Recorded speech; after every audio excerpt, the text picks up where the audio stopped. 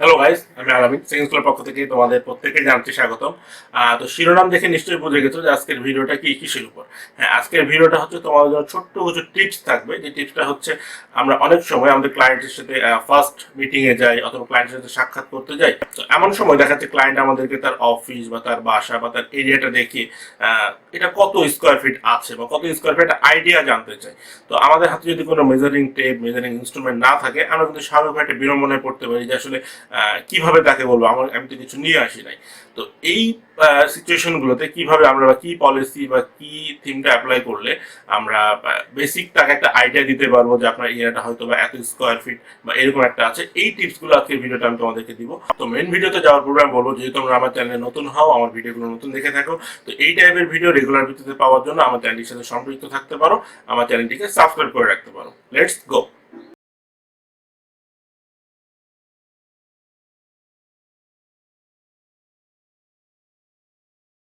তো গাইজ, যেটা বলছিলাম যে হয়তো আমরা এমন এরিয়া মেজারমেন্ট করতে যাচ্ছি বা এমন অফিস বা এমন বাসা বা এমন ফ্লোর করতে যাচ্ছি, তো দেখা যাচ্ছে সেই ফ্লোরটাতে টাইলস করা আছে। তো এইটা আমাদের জন্য অনেক পজিটিভ একটা বিষয়, কারণ আমরা জানি টাইলস হচ্ছে 1 ফিট বাই 1 ফিট হয়, 16 ইঞ্চি বাই 16 ইঞ্চি হয়, বা 2 ফিট বাই 2 ফিট হয়, বা টাইলসের একটা নির্দিষ্ট মেজারমেন্ট থাকে। তো এটা আমাদের জন্য পজিটিভ এই কারণে যে আমরা কিন্তু টাইলস গুনেই বলে দিতে পারবো যে এরিয়াটা কত। যদি 1 ফিট বাই 1 ফিট হয়, তাহলে আমরা দৈর্ঘ্য বরাবর একবার দিব যে কতগুলো টাইলস আছে, এবং প্রস্থ বরাবর একবার আমরা যাবো কত স্কোয়ার ফিট টাইলস আছে। তাহলে দৈর্ঘ্য এবং প্রস্থ গুণ করলে কিন্তু আমরা বলে দিতে পারবো যে এই এরিয়াটা হচ্ছে এত স্কোয়ার ফিট।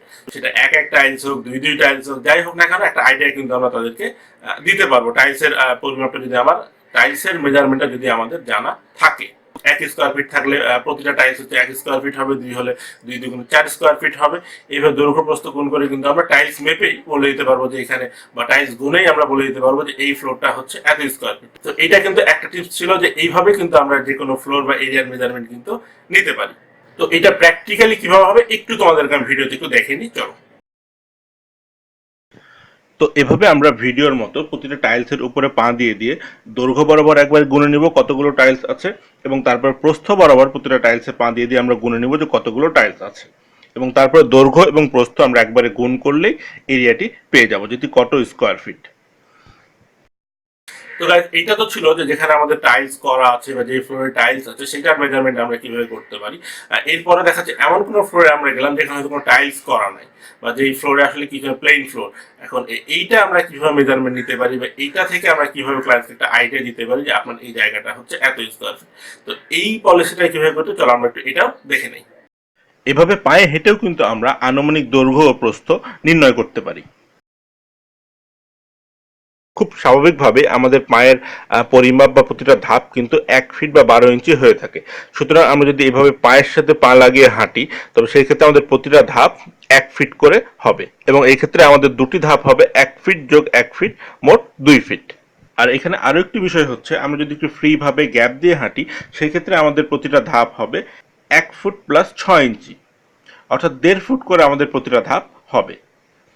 তাহলে যে সমস্ত এরিয়াতে আমাদের টাইলসের মতো পরিমাপ করার মতো কিছু নয়, সেই ক্ষেত্রে আমরা যদি ফ্রিভাবে হাঁটি, তাহলে 1.5 ফুট করে আমরা ধরে নিয়ে একটা হিসাব করতে পারি। তোমরা আমার এই ছবিটিতে লক্ষ্য করো, এখানে বিশাল বড় একটা এরিয়া। আমি এখানে এইভাবে কিন্তু হেঁটে হেঁটে একটা আনুমানিক দৈর্ঘ্য এখানে বের করার চেষ্টা করছি। তো গাইজ, এতক্ষণ ধরে তোমরা ভিডিওতে যেটা দেখলা যে আমরা কোনো প্রকার মেজারিং ইনস্ট্রুমেন্ট মেজারিং টেপ ছাড়া কিভাবে একজন ক্লায়েন্টসকে অর্থাৎ একটা আইডিয়া দিতে পারি যে তার ফ্লোর বা তার এরিয়াটা এত স্কোয়ার ফিট। এটা কিছু টিপস তোমাদের জন্য এখানে ছিল। তো এই টিপস গুলো অ্যাপ্লাই করে কিন্তু আমরা একজন ক্লায়েন্টকে বেসিক একটা আইডিয়া দিতে পারি যে আপনার এরিয়াটা হচ্ছে এত স্কোয়ার ফিট বা এটা হচ্ছে এতটুকু জায়গা। তো আমি অনেক ক্ষেত্রেই দেখছি যে এরকম যখন ক্লায়েন্টসকে আমরা বলে দিয়েছি বা আইডিয়া দিয়েছি, তো তারপরে কিন্তু উনিও সাথে সাথে প্রত্যুত্তরে বলে হ্যাঁ হ্যাঁ, এই জায়গাটা এত স্কোয়ার ফিটই ছিল বা এরকম একটা স্কোয়ার ফিটে বলেছিল। তো যদিও এটা হচ্ছে একটা আনুমানিক, প্র্যাকটিক্যালি যখন আমরা টেপ দিয়ে মেজারিং টেপ দিয়ে মাপবো বা ইনস্ট্রুমেন্ট দিয়ে মাপবো, তখন কিন্তু অ্যাকচুয়াল মেজারমেন্টটা পাওয়া যায়। বাট বেসিক একটা আইডিয়া দেওয়ার জন্য আমরা কিন্তু এই পলিসিগুলো অ্যাপ্লাই করতে পারি। যাই হোক, তোমাদের ভিডিওটা ভালো লেগেছে। যদি ভিডিওটি ভালো লেগে থাকে তাহলে লাইক হবে, শেয়ার হবে, এবং তারপর যদি কোনো প্রশ্ন থাকে, কোনো কিছু জানার থাকে, আমাকে প্রশ্ন করবে, চেষ্টা করবে আগামীতে সেই প্রশ্নের সঠিক কোনো সমাধান তোমাদেরকে দেওয়ার। আর কথা হবে আগামীতে আবার নতুন কোনো ভিডিও নিয়ে। সেই পর্যন্ত সবাই ভালো থাকবে, সুস্থ থাকবে। Bye bye.